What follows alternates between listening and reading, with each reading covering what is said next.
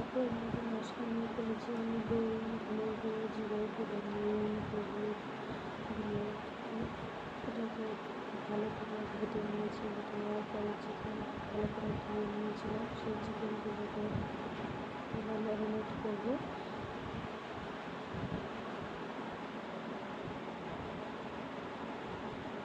ভালো করে মশলাগুলো দিয়ে মাখবো যাতে না চিকেনের মধ্যে একদম মশলার মধ্যে ঢুকে যায়।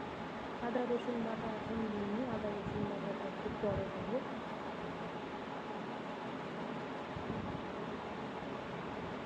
এর মধ্যে ভিনেগারও হালকা একটু দিয়েছি আমি, যেটা ভিনেগার গুঁড়িয়ে আমি করতে ভুলে গেছি, তাই দিতে পারিনি। মশলাগুলো এবার আদা রসুন লঙ্কা বাটবো। বাটা হয়ে গেছে, এবার কড়াইতে সরষের তেল দিয়ে দিলাম। তেল দিয়ে এবার গরম করবো। গরম হয়ে গেছে, তেলের মধ্যে কাঁচা আলুগুলো দিয়ে দিলাম। কাঁচা আলুগুলো দিয়ে ভেজে নেবো।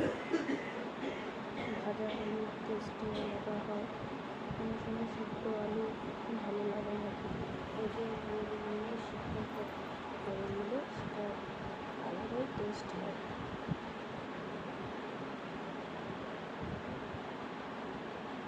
একটু নুন দিয়ে দিলাম যাতে আলুতে নুন ঢুকে।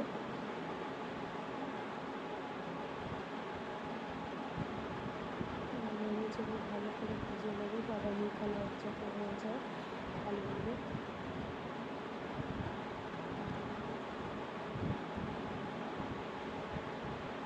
আলু ভাজা হয়ে গেছে, এবার আমি তুলে নেবো আলুগুলো।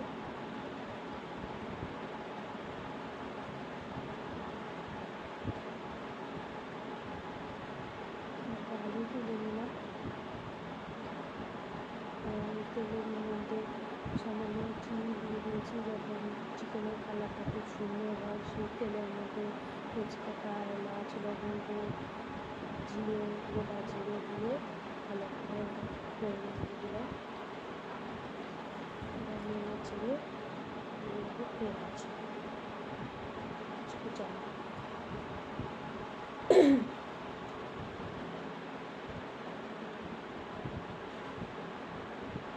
আমি পরিমাণটা আমি এখানে দেখাইনি। আমার 2.5 কেজি চিকেনে আমার যতটা আমার পরিমাণ আমি নিজের মতো করে আমি দিয়েছি, তোমাদের আমি দেখালাম না পরিমাণটা।